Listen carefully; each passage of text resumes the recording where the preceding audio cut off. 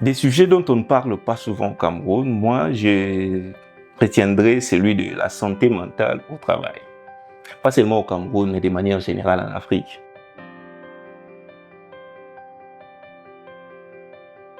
Je suis Patrick Bassoumé Kabunji, professionnel en ressources humaines, ça va faire maintenant une douzaine d'années. Mon aventure avec les RH, c'est vraiment quelque chose qui est venu d'un concours de circonstances parce que je ne me voyais pas du tout aux ressources humaines dans ma carrière. Je me voyais comme un financier à temps plein parce que je suis licencié en gestion financière de l'université de Kinshasa et ma vie, je la voyais en finance. Mais après, j'ai eu l'opportunité de tomber sur un premier job dans les ressources humaines et à partir de là, tout est parti.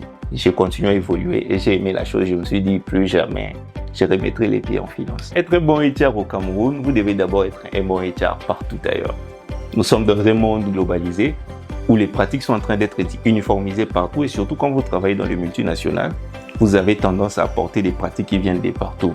Donc si vous êtes déjà un bon HR dans peu importe le pays, vous pouvez être aussi un bon HR au Cameroun. Il faut juste saisir quelques subtilités locales, être proche de personnes, savoir être curieux par rapport à leur culture pour être un bon HR parce que nous sommes là pour servir les employés dans l'organisation. Des sujets dont on ne parle pas souvent au Cameroun, moi je retiendrai celui de la santé mentale au travail. Pas seulement au Cameroun, mais de manière générale en Afrique.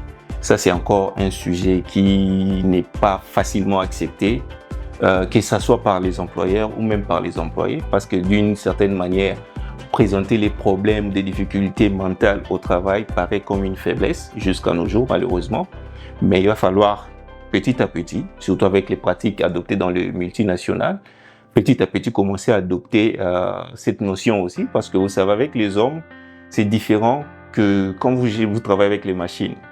Dans les mêmes conditions, la machine vous produira les mêmes résultats. Mais avec les hommes, ce n'est pas une garantie. Vous pouvez mettre les employés dans les mêmes conditions qu'ils étaient hier ou l'année passée, mais vous ne savez pas ce qui s'est passé dans leur situation mentale.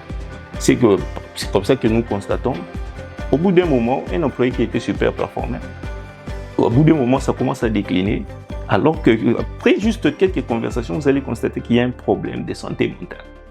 Nous avons l'habitude de faire les medical checks annuels, où c'est concentré essentiellement sur les aspects physiques de la santé, mais on oublie et on néglige souvent la santé mentale. Et ça, c'est quelque chose qu'on doit de plus en plus commencer à mettre en avant pour assurer le maintien d'un niveau acceptable de performance pour tous les employés.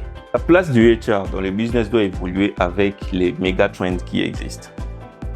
Parmi ces méga trends, actuellement, nous parlons de l'IA. Comment est-ce que ça impacte le workplace? Nous parlons de business oriented, de support au business, partenaire du business.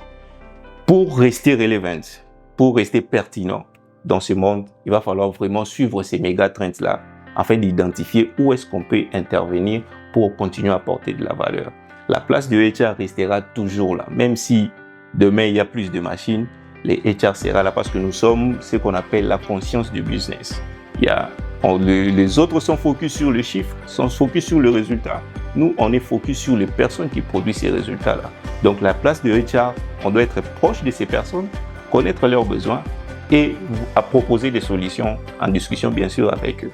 Socium est en train de contribuer à cette vague-là qui est en train de disséminer les informations au niveau de tous les HR. Donc moi j'encourage énormément cette initiative. Il faut que ça atteigne le maximum de personnes. Ça donnera aussi du goût à ceux qui ne connaissent pas encore le HR de pouvoir se lancer dans la carrière des ressources humaines. C'est très intéressant et les opportunités sont nombreuses. Seulement préparez-vous et soyez curieux.